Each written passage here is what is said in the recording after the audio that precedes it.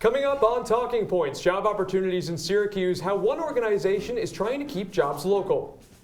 And with a big redevelopment project slated for the South Side, find out what steps the city is taking to prevent gentrification. And Syracuse Common Council districts will be redrawn. Find out what the proposition voters passed on Election Day last week means for Syracuse. This is Talking Points.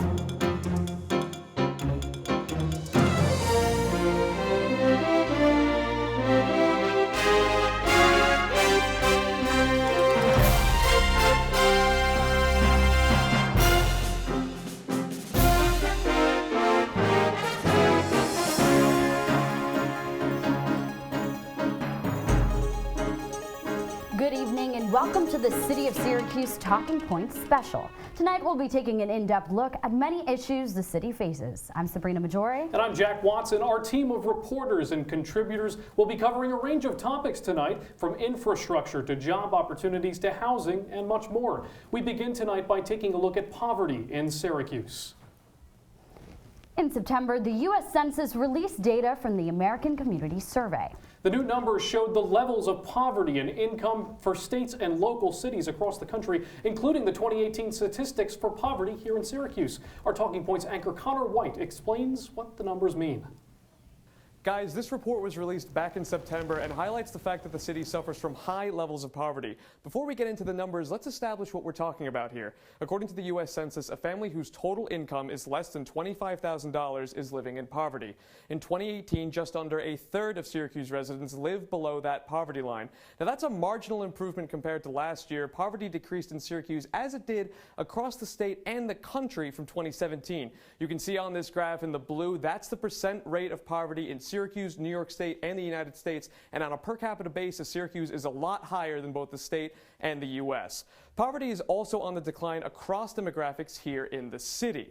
Children under the age of 18 living in poverty dropped slightly, while African Americans also had a small decline in poverty rate. The rate of Hispanics living in poverty in Syracuse dropped about 10%, but numbers are only a small part of the story. Frank Ridzi is the Vice President for Community Investment at the Central New York Community Foundation. He says that there are a number of issues surrounding someone's economic status and that there's no one fix for the problem. You try to address one part of it and you really can't do much until you address the other part of it. For instance, if a person needs a job and you say, well, let me just help them with job training, you soon realize they have childcare issues, have transportation issues. They live in substandard housing. And so you realize in order to help that person get that job and keep that job and then advance, you're going to need to deal with all those issues. So, Connor, how exactly have the city officials reacted to those numbers? Well, when they first came out, Mayor Ben Walsh said that at the end of the day, it's an uplift for the city's image because they're coming out of the top 10 most impoverished cities in the country and into a more recognizable space at number 18. But at the end of the day, there are still a lot of issues that Syracuse is facing, and we're going to get into those tonight. They all focus on jobs, food insecurity, and housing. We certainly are, Connor. Thank you very much. Thank you. And as you mentioned, an important aspect of continuing the trend of moving Syracuse out of the cities with the highest poverty rates focuses on jobs. Our Talking Points contributor Gabrielle Caracciolo found about two key areas, that experts say new jobs in Syracuse need to focus on: keeping millennials in the area to grow the economy and helping to bring people out of poverty. 430 new jobs, good jobs coming to Syracuse. That was New York Governor Andrew Cuomo last month announcing the latest installment of CNY Rising, the state's strategy to grow the central New York economy. Because you look at all the evidence, it all says the same thing. It says jobs are coming back, unemployment rate has gone from 8% to 3.7% in central New York. You cannot argue that number. It is undeniable progress. While the numbers may show a 10% growth in Syracuse's millennial population and that unemployment has decreased, President of the Urban Jobs Task Force, Decca Dancil, says there is one drawback. You're going to have a degree to get those jobs. Mm-hmm. The task force focuses their work on combating poverty through employment opportunities. That's why they've partnered with Senator Kirsten Gillibrand on her new Build Local, Hire Local Act. If this bill were to be passed, it would basically say that 50% of all the jobs would have to go to local people and people of color. If passed, the act would ensure that the construction of I-81 would provide jobs to Syracuse residents. To me, I see it as a form of restorative justice. But most can agree. The momentum is there. But we have a ton of more work to do. Thanks, Gabrielle. Low-income families in Syracuse are currently suffering from utility shutoff at an alarming rate. Talking Points reporter Nicole Weaving found out how one organization in Syracuse is taking action to make energy more accessible for all. We're fighting for a solution for the lowest paid workers, for the ones who have no voice. The Eastern Farm Workers Association brings together low-income workers in Syracuse to fight for living wages and access to basic needs like food and health care. People will act to assist each other, understanding that these are things that really, there's really no reason why someone shouldn't have these things in a country with this much wealth. Most recently, the EFWA is fighting against utilities shutoffs based on an inability to pay the high prices charged by companies like National Grid. When we canvass, when we go door to door in low-income neighborhoods, we ask people, how much are you paying for electricity? $300, $500 a month. That's insane. According to the Public Service Commission, National Grid shuts off more than 50,000 residents in central New York from their utilities each year, amounting to nearly one household every 10 minutes. There is no reason for us, our members, to be cut off from their power or have to choose between paying the rent and paying their electric bill. To fight these shutoffs, the EFWA currently has a petition on the ground holding the Public Service Commission accountable for mandates it has neglected to follow.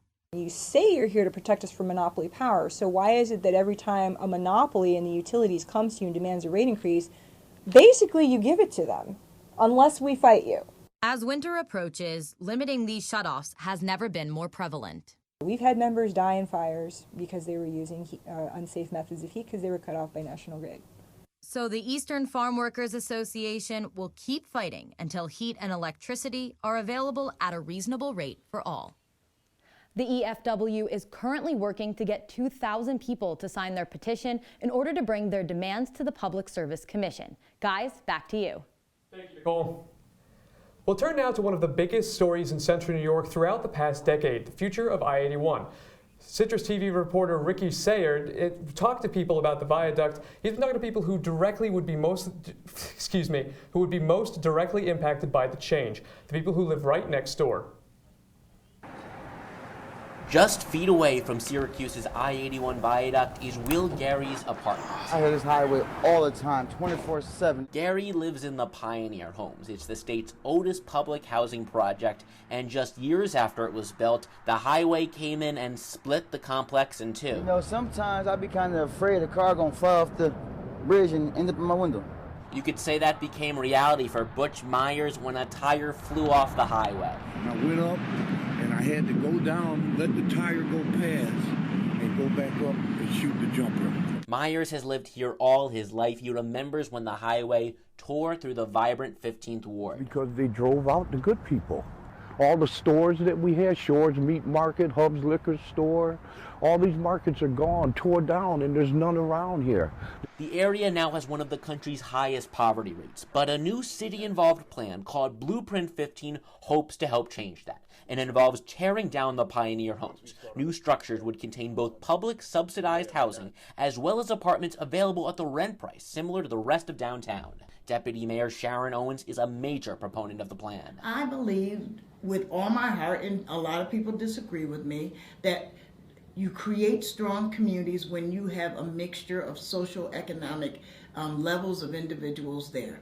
As for Pioneer Homes residents, we're told they'll be able to move into public housing in the revitalized neighborhood. As part of the plan, 2 other housing developments will also come down, the city hoping to revitalize the entire neighborhood with new housing and retail, making it more like the 15th Ward once was. But there is a cost. The best way to understand how this redevelopment could affect the surrounding community is to take a look from above.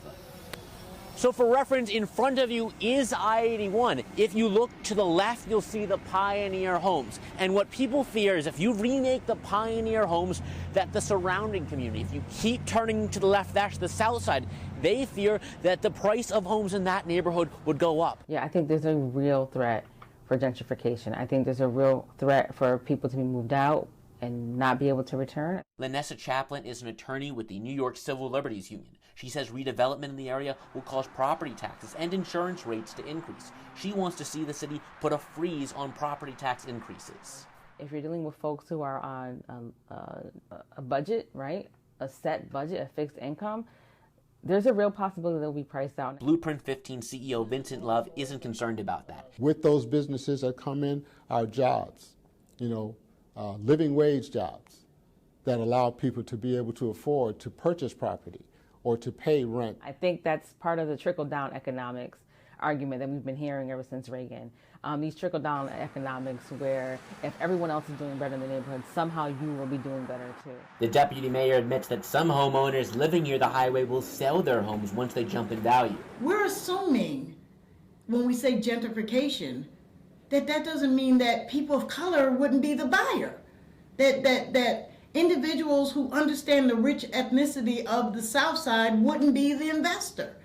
The deputy mayor says residents should decide what their new community looks like. Butch Myers is fine how it is now. Just leave us alone, man, and help us and keep us safe. But don't tear down our houses, please. Let us stay, man. I want my grandkids to be a part of this.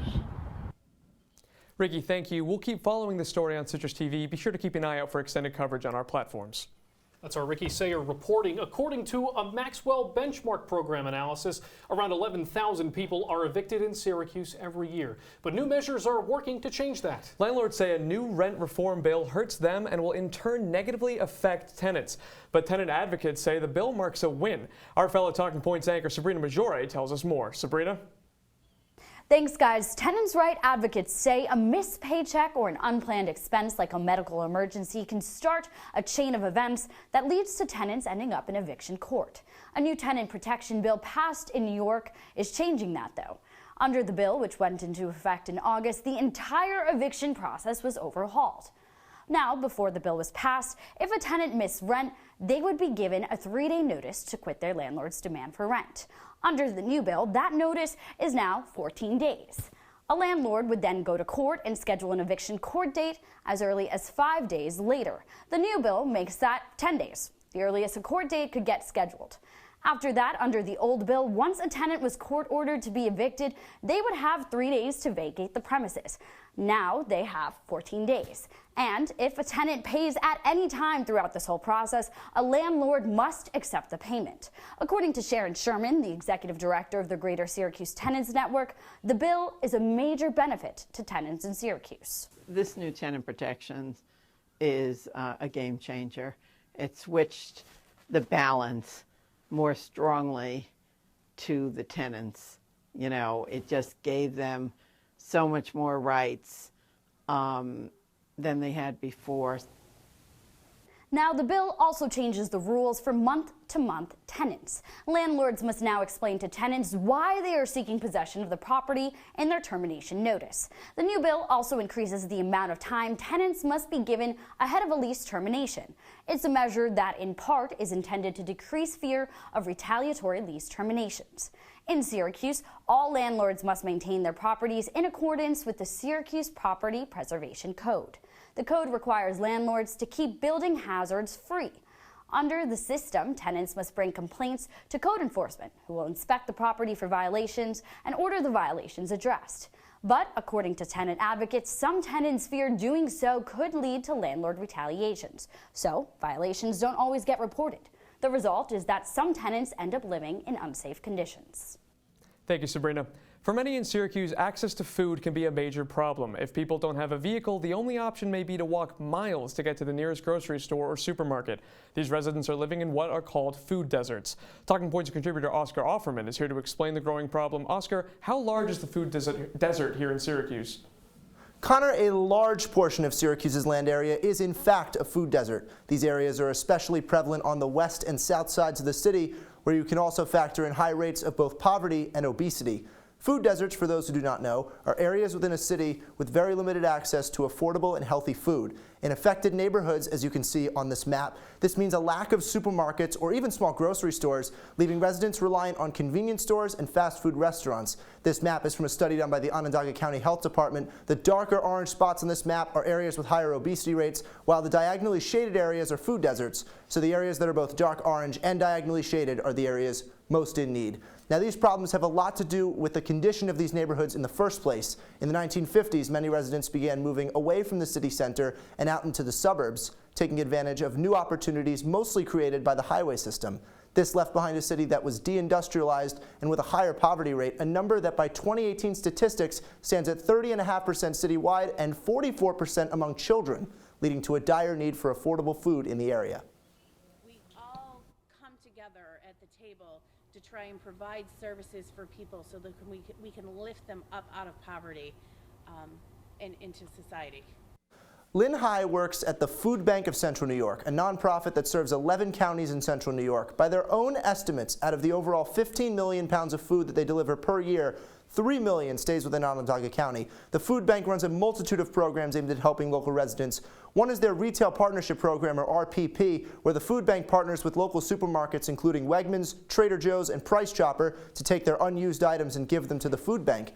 They even take slightly damaged items or items that a supermarket would not sell, such as a box of cereal with only a slight dent in the packaging that a family in need would still very much use. They also run federal programs, including the Supplemental Nutrition Assistance Program, or SNAP. We have SNAP outreach workers that we've employed for years here at the food bank, and they're working to help individuals and families maybe that have never accessed SNAP benefits before navigate the system so that they can get those benefits that are going to help them throughout the year. Much still needs to be done to solve the food desert problem, with the ultimate goal of getting more grocers and more resources into these high-risk neighborhoods. Back to you guys. Oscar. Coming up next on Talking Points, the city is facing an infrastructure issue. It should be a priority because people can't access their utilities. It's a big problem. Talking Points correspondent Greg Bradbury will be taking a look at how the winter weather is impacting residents. Stay tuned.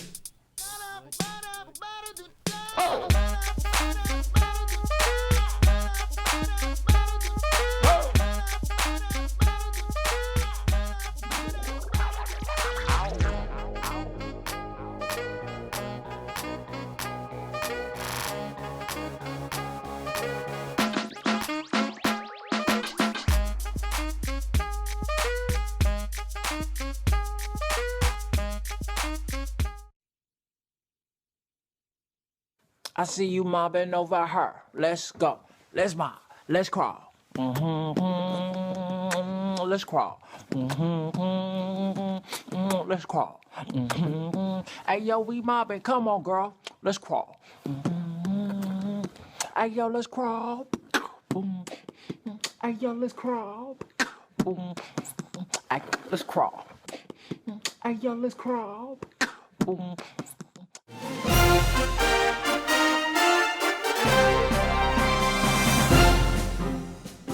Welcome back to this special edition of Talking Points. The city is facing a number of infrastructure issues that impact residents every day. Our Talking Points contributor Greg Bradbury takes a look at one specifically that is prevalent at this time of year. It's a problem people in Syracuse are used to. It's cold. As residents prepare for the winter weather by bundling up, the city is preparing for something else: water issues. Now, as the ground starts to freeze, it puts pressure on those pipes, causing them to crack and spill. According to city data, in 2019 alone, there have been 95 water main breaks in Syracuse. In 2018, there were 213 breaks, an increase from the 174 that took place in 2017. When these pipes break, it leaves residents like Maggie Salinas without the basic necessities. From like showering to not being able to use the toilet, or not being able to cook, or washing the dishes, brushing your teeth. Some of the pipes are more than 70 years old, and Water Commissioner Joseph Awald says that a repair for each break can cost between $5,000 to $25,000.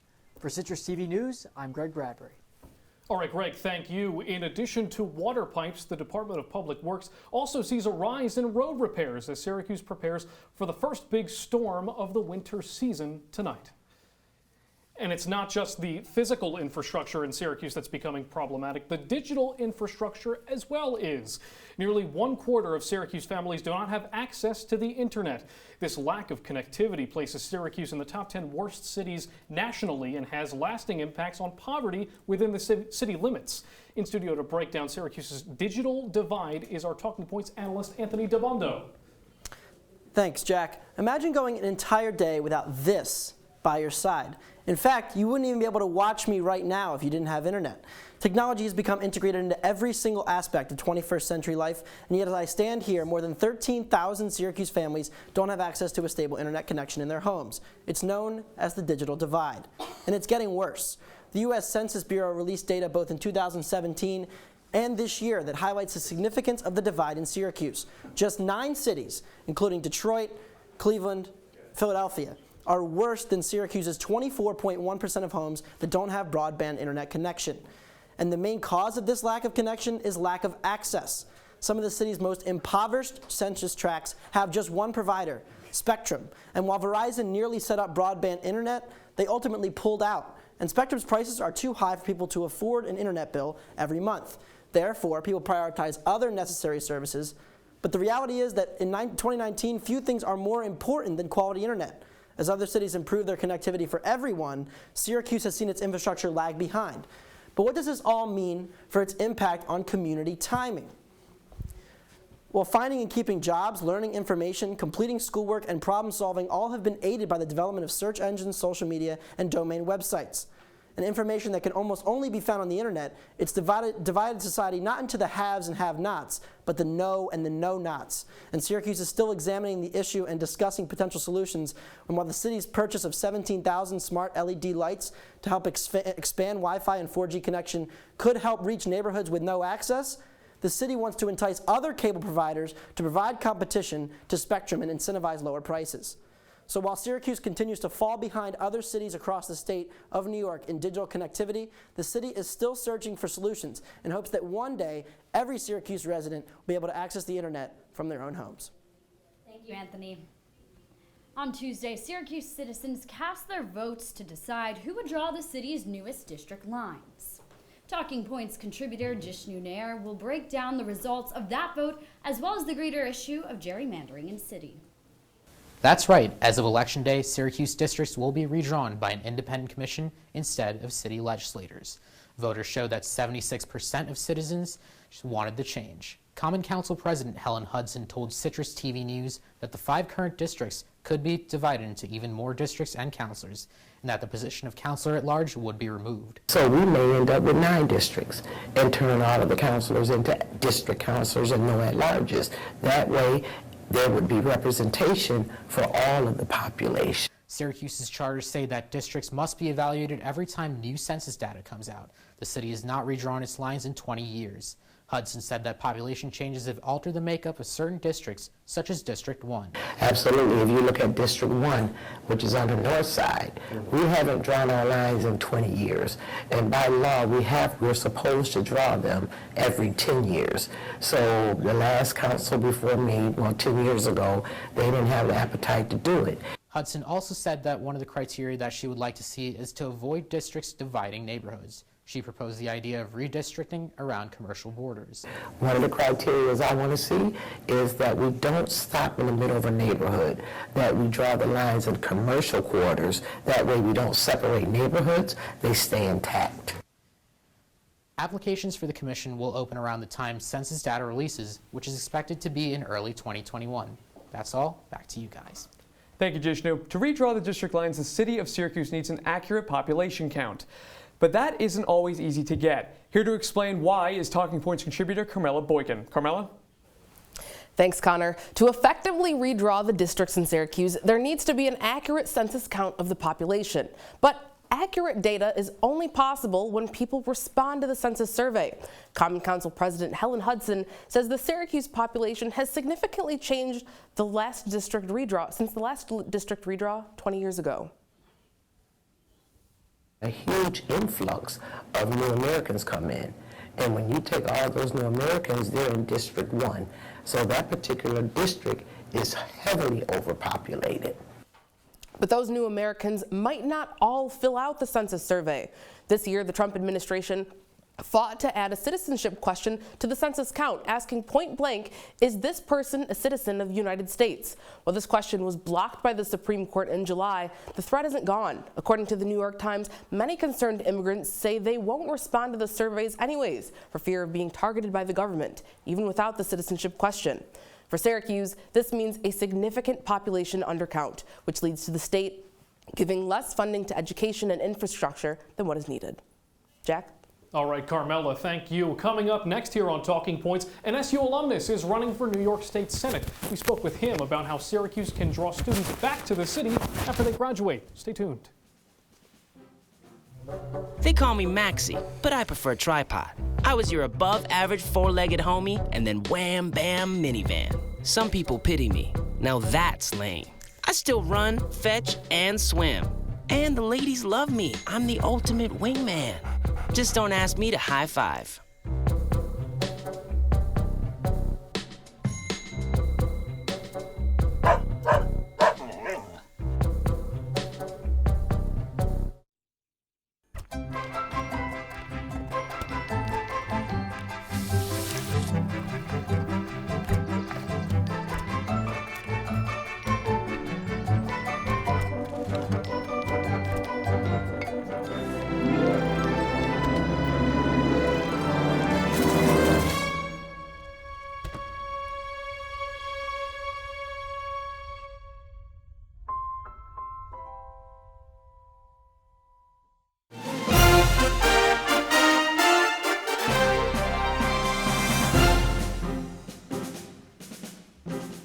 Welcome back to our City of Syracuse special. 2019's local elections have wrapped up in Onondaga County, and winners have been declared. Some results were surprising. But Sabrina, others not so much. Talking Points analyst Brandon Ross joins us in studio to tell us who won and what it means for the city and the county. Thanks, Conor and Sabrina. Not a lot changed after last Tuesday. Namely, Onondaga County Executive Ryan McMahon held on to win his first full term. He moved up to the county's top job last year after Joni Mahoney resigned. It was a comfortable 10-point win over Democrat Tony Malavenda. However, this was the closest county executive race in Onondaga County history. And speaking of close races, Democrats just edged out what's likely their biggest local win in decades. Marty Masterpole garnered 52% of the vote to become the next Onondaga County comptroller. It's the first countywide win Democrats have had since 1991. Name recognition proved to be huge for Masterpole. His political resume includes a run for mayor of Syracuse, a term as the city's auditor, time as a common councilor, and one term as a county legislator. And moving on to the legislature, Democrats picked up one seat to make the balance 11 Republicans and 7 Democrats. That one seat does make a big difference, though. With 12 caucus members, Republicans had a supermajority, and that allowed them to veto bills and authorize bond issues without any bipartisan support. Some other important notes from Tuesday: William Fitzpatrick won another re-election to the district attorney's office, and Syracuse voters approved Proposition 1. That means an independent redistricting commission will redraw the Syracuse Common Council maps after next year's census. And finally, there's no change to the balance of the Common Council, still 9 Democrats and 1 Republican. Guys? All right, Brandon, thank you. Local elections may have finished up here in Syracuse, but the New York State Senate race is just heating up. And an alumni from Syracuse University in the race, Liam. That's right, Jack. Former football captain Sam Rogers is seeking the Republican nomination to challenge Senator Rachel May next year. I spoke with him about how Syracuse needs to break the barrier between the city and the campus in order to build a stronger community. Take a listen. When I came to Syracuse originally, I came to play football, and on the football team I learned what a platform I had to reach the community. And it was in that work, going into the schools and talking with the kids and meeting the fans and just the overall community, that I really fell in love with the community and saw great potential here. And at the city of Syracuse, there's so much room for growth, and there's an opportunity to really make things better and work towards just a better community for everyone. And I think that mixed with the economic development that's happening now and the new jobs that are coming in, it's a good place to be, and it's going to be an even better place to be. And it's just extending those opportunities to make sure that the most people have access to it. And I think as that happens, the city will continue to grow, continue to be a hub of Central New York and a place to be. I think one of the reasons we've stayed is because we've met people that are like family and that take care of us and that we enjoy hanging out with. So the city in general is just, we love it here. You know, you've read articles that there's parts of the city that are some of the most impoverished areas in the whole country. And so that's obviously, you know, you can look at that as an obstacle or you can look at it as an opportunity. And I think right now that's an opportunity for people that are here, for the people that live in those areas to look at, you know, what can we do to change? And I think the way to do that is to bring the right people to the table and get their ideas and their perspectives and kind of tackle it collaboratively and just go after it that way. Sure. I think you have to, one, have the jobs in the city that people want. And I think that's starting to happen now. There's a lot more jobs coming to this area. And then it's also the community showing the students that this is a great place to be. And I think that can be done better with the schools such as Syracuse or Lemoyne or OCC. And I think if you show the students that, you know, Syracuse has a lot to offer and it is a very cool city and there's a lot happening and there's a lot that's going to continue to happen. I think kind of breaking into the university bubble and showing the students that, people will start to stay and make it their home like I have with my wife and I have. I think small changes there, incremental changes are all going to be very positive and good things for the city. I think that's continuing to bring jobs, bring jobs where people are paying taxes in the city so we can kind of tackle those problems. And I think the downtown area also, a lot has happened even when I think about when I showed up that are getting people to live down there. And when people live down there, they pay taxes there, they spend money there at the restaurants and at the cool things we talked about earlier, and that's all good for the city, and I think that would just help make it grow. Now, as we've shown here tonight, the city is facing many problems, but how is the city responding? Our fellow Talking Points anchor Jack Watson is here with how the city is looking to solve issues like poverty, eviction, and unemployment in Syracuse. Jack? Conor, Sabrina, as we talk about the issues facing the city, it's just as important to examine how the city has tried to ameliorate some of those issues we're discussing tonight. First, let's take a look at poverty. It's no secret how dire the problem is here, as the city consistently is ranking in some of the poorest places to live in America. Like we heard from Conor earlier, census data from a few months ago says the city had over 30% of its residents in poverty. That's far higher than the national and the state average. So what has been done here in the city to try to solve that problem? Well, the city's anti-poverty organizations, some privately nonprofit organizations in town, are continually using grants to contribute to solving poverty programs. Those grants can come at the state and the national level. The problem is they find themselves borrowing money, as the Post-Standard reported, to keep those programs intact. But the good news is that as far as housing goes, the eviction rate is down 75%, according to a Post-Standard report from earlier this year that looked at 2018 data. The city began what is described as an eviction intervention program, and that topic leads us right into jobs here. Perhaps the biggest project to try to get jobs here to Syracuse is the $200 million Syracuse Surge project led by Mayor Ben Walsh. It's described by the city as an economic growth project, and just last week the city picked up a deal with Microsoft that's in the works in association with Syracuse University to bring a smart city tech hub to Syracuse. That project has also seen support from County Executive Ryan McMahon.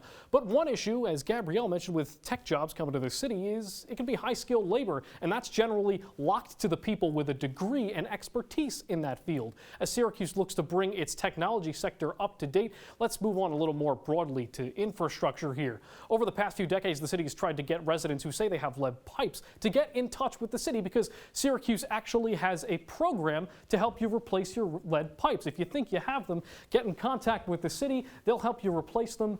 You'll just have to pay for that plumbing replacement through taxes over the next decade or so. Now, Jack, you talked about some of the programs that are looking to address some of the plethora of issues that Syracuse is facing, but what is specifically being done to lower those poverty rates? Well, that is the question of the day, Conor, because you can't really nail down poverty in one fell swoop. There's not an exact method to do it, especially when, as we can see here, if we look at the numbers, poverty is so concentrated in certain parts of the city. The West Side having a much higher rate than Syracuse as a whole. And as I mentioned before, that's even higher than the state and national average. So what exactly is being done is sort of an effort to get jobs to Syracuse. Even though they might be high-skilled jobs, they're still jobs. There's still an opportunity to get people employed. All right, thanks so much, Jack. And coming up after the break, we're taking a look at the arts here in Syracuse. Stay tuned.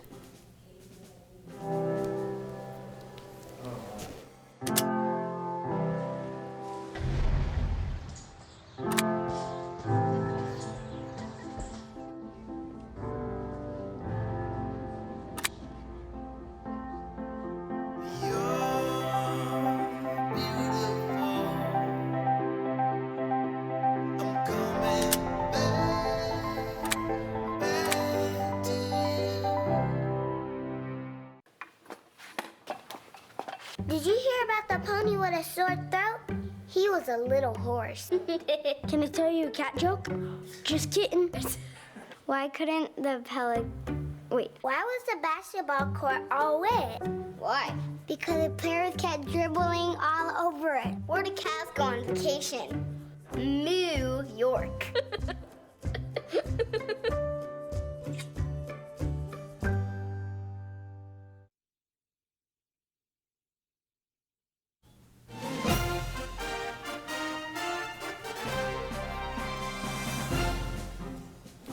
Welcome back to our City of Syracuse special. One of the things here that brings people together, the arts. Right, Jack. Syracuse Stage has produced some popular shows for viewers to enjoy that may be between shows at the moment, but the SU Stage is still providing a way for citizens to tap into the creative side. Talking Points contributor Patrick Gunn is live from Syracuse Stage to explain the impact of the arts on the community. Patrick? Connor, the Syracuse Stage puts out great programs every year, but they're not the only outlets for the arts in Syracuse. I spoke with the executive director of the Community Folk Arts Center, who produces great content just down the road.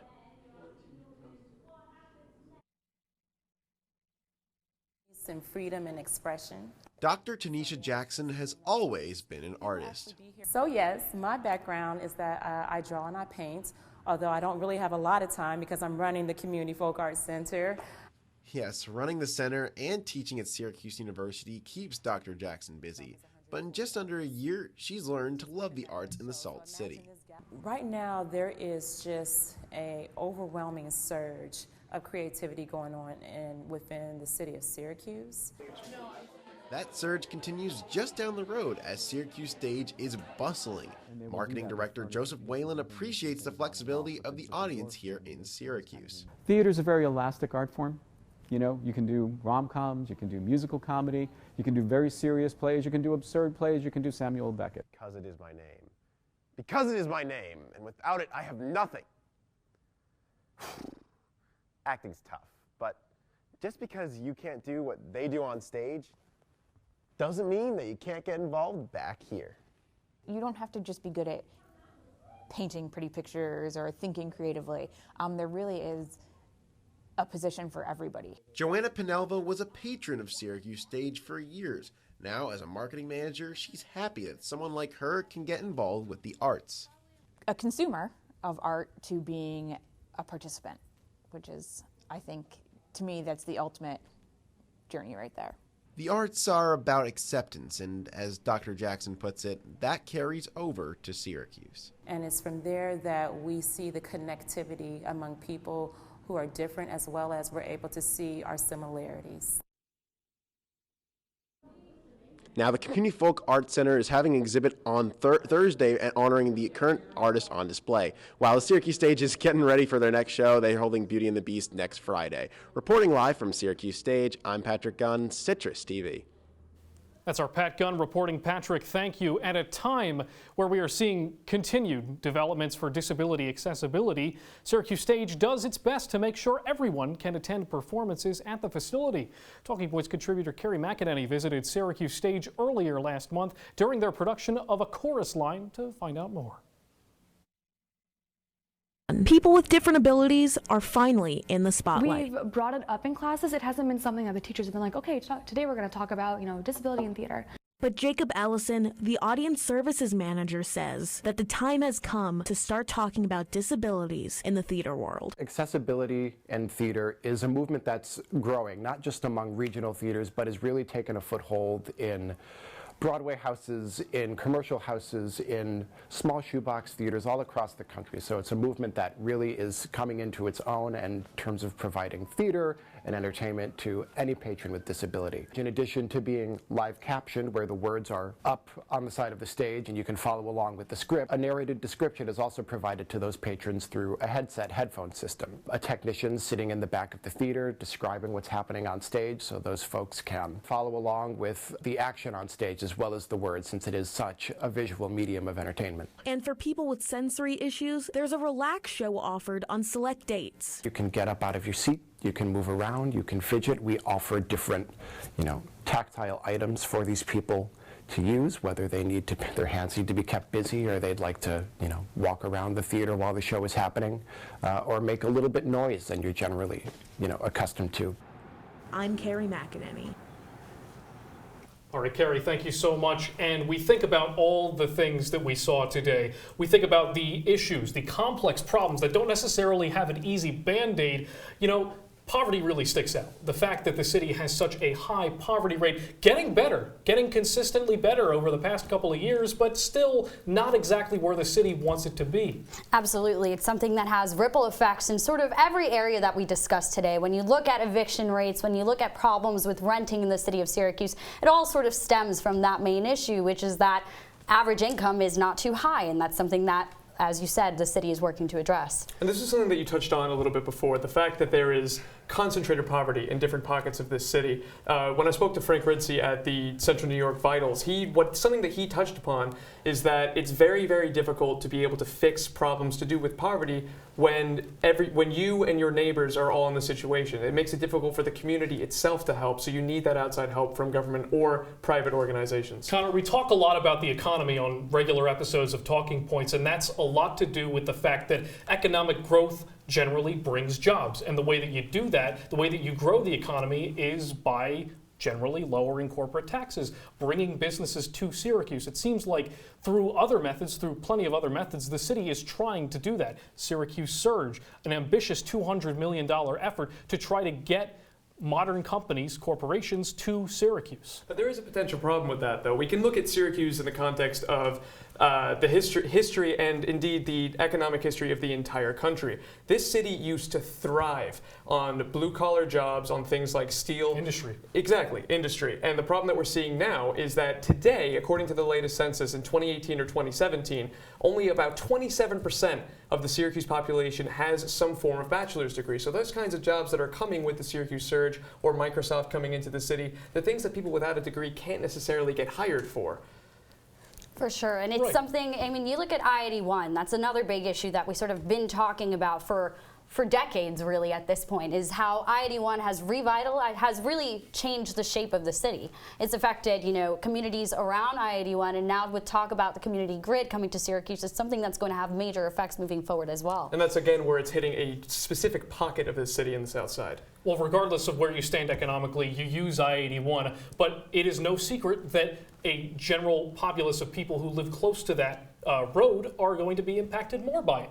And that just goes back to the issue of poverty that we've been talking about tonight.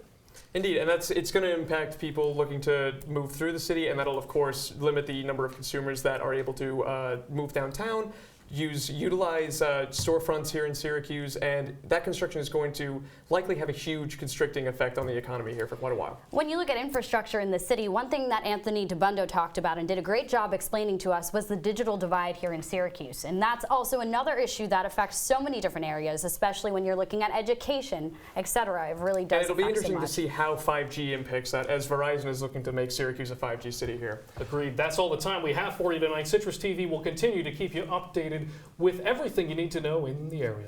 You can follow us on Twitter, Instagram, and Facebook at CitrusTV News. And check out our website at citrustv.com. I'm Conor Wight. I'm Sabrina Maggiore. And I'm Jack Watson. Have a great night, Syracuse.